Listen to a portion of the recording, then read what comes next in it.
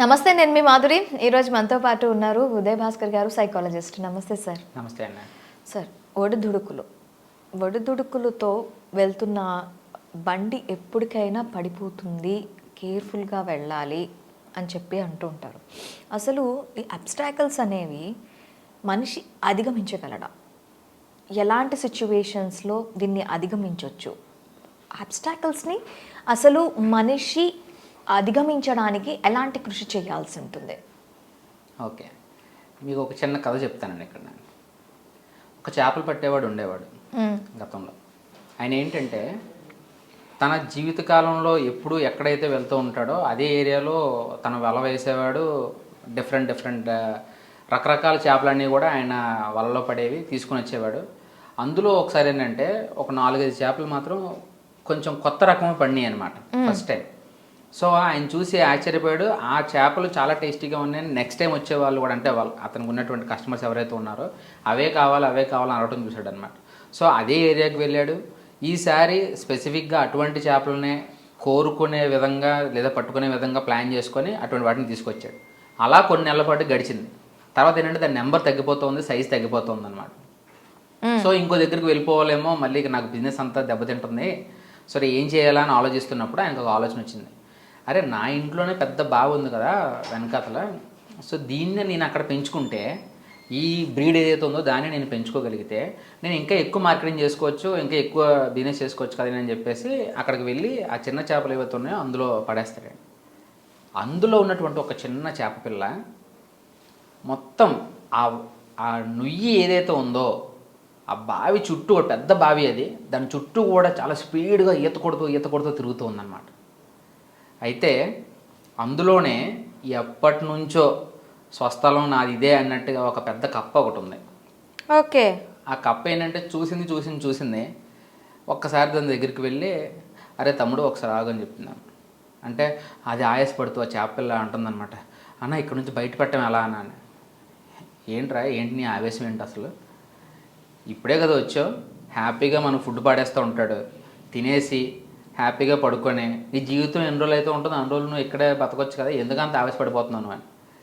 అన్న మీకు తెలియదన్నా, దీని దగ్గర నుంచి కొంచెం స్ట్రైట్గా వెళ్ళి లెఫ్ట్ తీసుకొని రైట్ తీసుకుంటే ఒక పెద్ద నది ఉంది అక్కడ మాకు, నా ఫ్యామిలీ అంతా అక్కడే ఉంటుంది, అక్కడ నేను ఎక్కడ కావాలంటే అక్కడికి వెళ్ళి వచ్చేవాడిని, చాలా ఎంజాయ్ చేసేవాడిని అసలు నేను. కానీ నాకు ఇప్పుడు అవన్నీ లేవు, ఇక్కడ నుంచి నాకు ఇది నచ్చలేదు, నాకు ఇక్కడ ఎంత జరిగినా ఇక్కడ ఈ బావిలోనే ఉంటున్నాను నేనంటే, ఏంట్రా వేషాలు వేస్తున్నావా, ఎప్పటి నుంచో ఉన్నాను తెలుసా నేను ఇక్కడ, నాకు అన్నీ తెలుసు, నువ్వేం కథలు చెప్తానని చెప్తాడన్నమాట.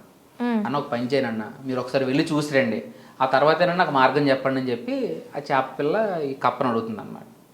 ఇప్పుడు సీనియర్ నేను చెప్పాను, వెళ్ళకపోతే నా పరువు పోతుందేమో అని ఆ ఫీల్ ఏదైతే ఉందో దాన్ని ఫస్ట్ టైం బయటకు వెళ్ళి ప్రపంచం ఎలా ఉందని చూడటానికి అలా ఒక్కసారి అలా పైకి తలెత్తి చూస్తే చల్లని గాలి తగిలేసరికి భయపడింది అక్కడే కప్ప.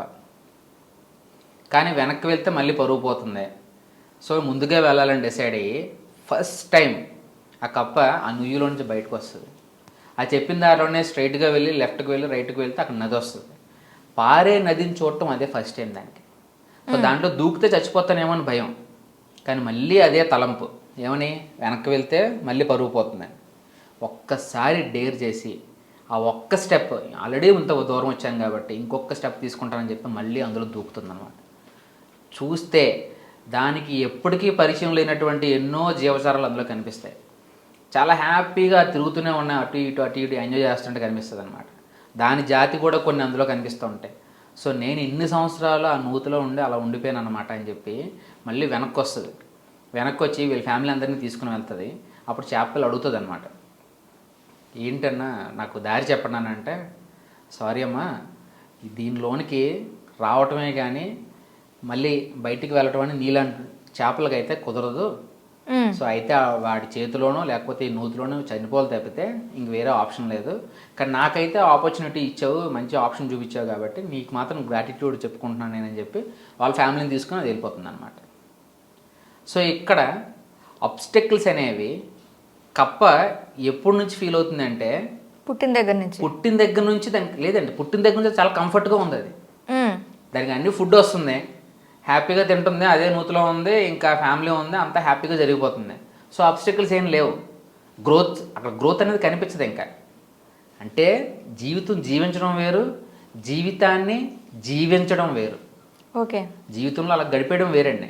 జీవితం అయిపోయిందంటే అయిపోద్ది. కొంతమందికి వాళ్ళకి ఏం కనిపించదు జీవితంలో. వెనక తిరిగి చూసుకుంటే ఏం చేశారా అంటే పెళ్లి చేసుకున్నాడు, 2 పిల్లలు పుట్టారు, వాళ్ళు పెళ్ళిళ్ళు చేశాను, అంతే అయిపోయింది. వీడి వల్ల ఏంటి సమాధానం ఉపయోగం అంటే ఏం ఉండదు. కానీ ఎప్పుడైతే ఫస్ట్ టైం దాంతో ఛాలెంజెస్తోనో లేకపోతే ఇంకేదో అనుకోండి, అది ఎప్పుడైతే ఫస్ట్ టైం బయటకు వెళ్ళిందో అది అబ్స్టెకల్ అని ఫీల్ అయినటువంటి, బయటకు వెళితే నేను సర్వైవ్ అవ్వలేను అనుకున్న దాని నుంచి సడన్గా అది ఎలా వచ్చిందంటే బయటే చాలా లైఫ్ ఉందని చెప్పి. ఎప్పుడు తెలుస్తుంది? ఆ ఫస్ట్ స్టెప్ తీసుకుంటే తెలుస్తుంది. అబ్స్టెకల్స్ అనేవి ప్రతి ఒక్కరికి, ప్రతి ఒక్క మానవ జీవితంలోన మనం ఎదుగుతున్నాము అంటే అబ్స్టెకల్ రాకుండా ఎదగడం అనేది జరగదు. ఓకే. ఒక పాము లేదా ఒక సీతాకోక చిలుక తన చుట్టూ ఉన్నటువంటి గూడుని గట్టిగా విడబెట్టుకుని దాని ప్రాణాలు తెగించి బయటకు రావడం ప్రయత్నం చేస్తేనే అది అందమైన జీవితాన్ని చూడగలుగుతుంది. సో అబ్స్టెకల్ అనేది కూడా భగవంతుడు ఇచ్చేటువంటి ఒక ప్రెజర్ టైం అనమాట. అది మనకి ఇచ్చేటువంటి ఒక వరం. అది ఆ టైంలో ఆ ప్రెజర్కి లొంగిపోయి నువ్వు అక్కడే ఉండిపోతే ఏమంటుంది, దాన్ని విక్టిమ్ లైఫ్ అంటాం అనమాట. ఆ కష్టాలు పడుతూనే జీవిస్తూనే ఉంటాం మనం. ఒక్కసారి ఆ కష్టాన్ని కూడా మనం భరించి పైకి రావడానికి ప్రయత్నం చేస్తే అక్కడ నుంచి కష్టం అనేది చాలా తక్కువ కనిపిస్తుంది మనకి. మన పేరు ప్రపంచం అంతా వినిపించే అవకాశం అక్కడ నుంచి స్టార్ట్ అవుతుంది అన్నమాట. సో అబ్స్టెకల్ని చూసే విధానం బట్టి ఉంటుందండి. ఇప్పుడు కొంతమంది ఒక ఇంజనీరింగ్ కాలేజ్ నుంచి వచ్చిన స్టూడెంట్స్ అందరూ కూడాను ఒకే రకంగా ఎందుకు జాబ్ చేయలేకపోతున్నారు, ఒకే రకమైనటువంటి కంపెనీస్ ఎందుకు వాళ్ళు సెలెక్ట్ చేసుకోలేకపోతున్నారు.